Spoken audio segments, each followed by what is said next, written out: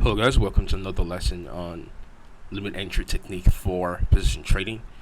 And this is essentially going to be an update from the last lesson where we talked about stop entry technique for position trading. Again, as usual, you have to build a premise for price action. You don't just go in and use this technique and look for every down candle to place a limit order on. You have to have a narrative. You have to have a drawn liquidity. You have to have a PDA rate that you're referencing for your entry. Without all of these elements, essentially again you have no trades. Like I said, you don't go into the marketplace just looking for entries. That's how it works. That's how retail looks at price. They go into the marketplace and you're only looking for where can I enter the market to get myself in sync with the trend. That's not how you're supposed to view price. Okay, you're supposed to go into the marketplace with a very strong inclination for where you think price should be going up or down into. Okay, so is your potential for price to expand down into a bullish short value gap? That should create bearish order flow. Is there a very strong potential for price to expand up into a bearish order block or an old high? That should create a bullish order flow. You need to have a reason for why price should displace. If you don't have a reason for why price should displace, you essentially have no trade. You have no bias. It's like driving blind. Okay? You get into the car, you start the engine, put your foot on the gas, but you're blindfolded and you have no destination.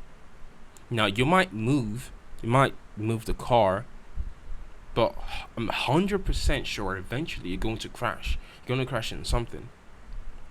And that's the same thing with trading, approaching trading from the standpoint of just looking for entries. If you don't have a reason why price should move, if you don't have a reason where, or if you don't have a point where your bias is invalidated, if you don't have all of these things together, it's like driving a car with being blindfolded. So every single time you go into the marketplace and you are impulsively looking for an entry or you're impulsively looking for something to trade, remember this analogy. Remember when I was saying that taking a trade without having a reason or a narrative first is like driving a car blindfolded. Execution comes last. Narrative comes first. Reasoning comes first.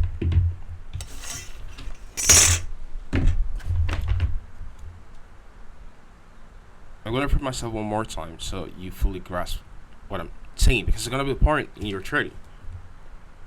Execution comes last in your trading. That's the last process. What you do first is you need to have a narrative. And the narrative has to be very strong and clear.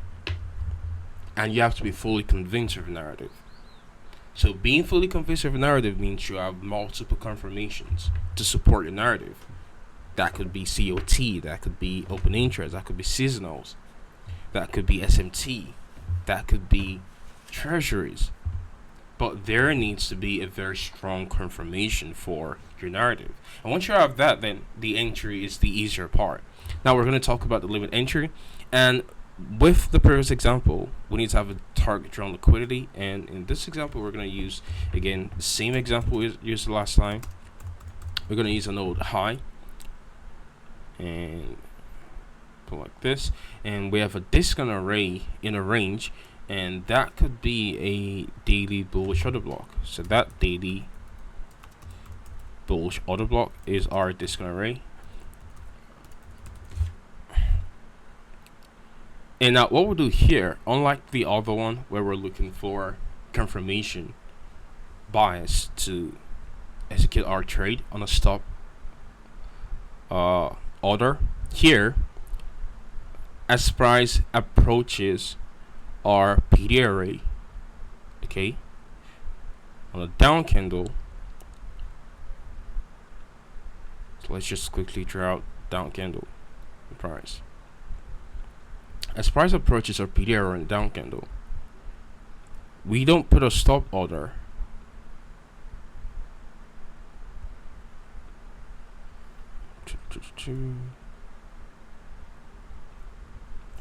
We're not putting a stop order at the open of the down candle, which would be a potential bullish order block.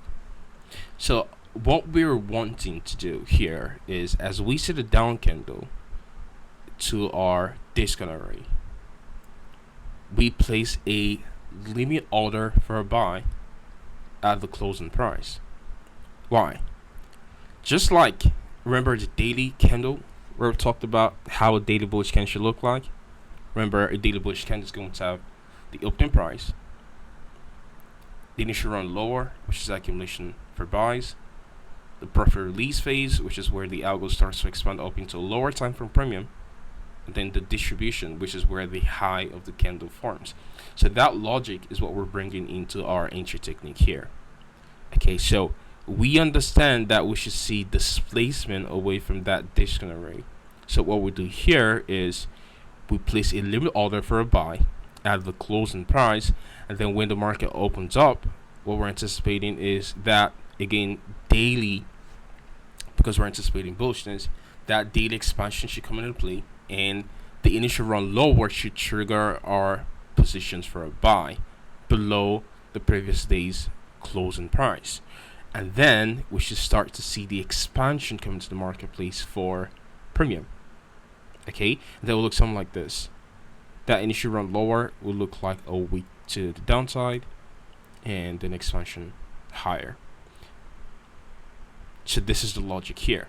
And then you invert that for the bearish side. So let's say the market trades up into a premium, and it trades up into a premium, and our anticipation is we're looking for a reversal at the premium, and thus that bullish candle into our premium array, that's a potential bearish order block.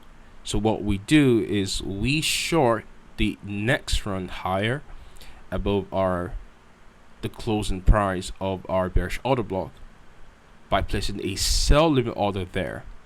So as the market trades up above the previous day's closing price, we're triggered on a sell, and then we should see expansion for our discount. So we're going to apply this to a live price action, and we're going to use the same example from the previous lesson. Same analysis on USD/JPY. We have price at a daily BPR here, which also happens to be inside a weekly bullish order block. So we have a weekly bullish order block. The market trades down into the mean threshold of that weekly bullish order block, trades above this down candle, which now becomes a propulsion block. So if we go down to daily time frame, our discount array is this bullish order block here, which is the last down candle prior to expansion. So all of this is all a bearish order block. This is actually a propulsion block because it forms inside a bearish order block. So we're looking for displacement when the market trades down into our discount, and our target zone liquidity is the buy side liquidity resting up here. So I'm going to outline that buy side liquidity resting up there, and as the market trades down, we're not doing anything here until it trades down into our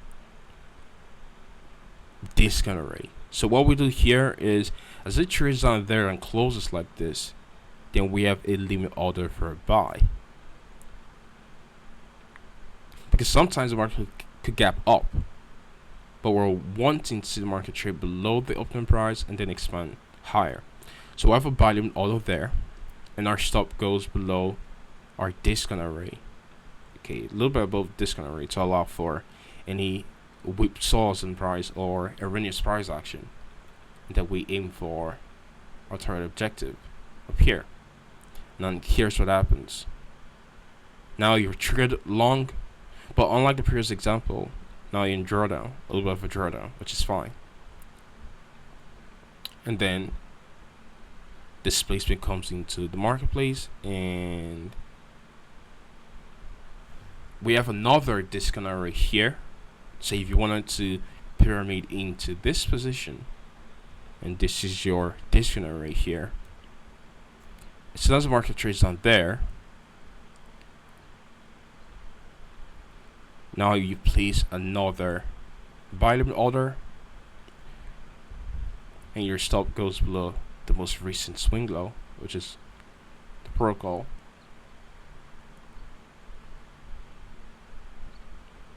And your target objective remains the same.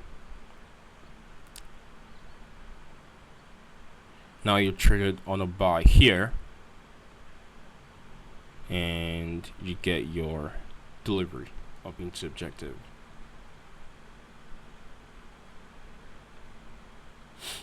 All right, so this is limit entry technique for long-term trading, and you simply invert.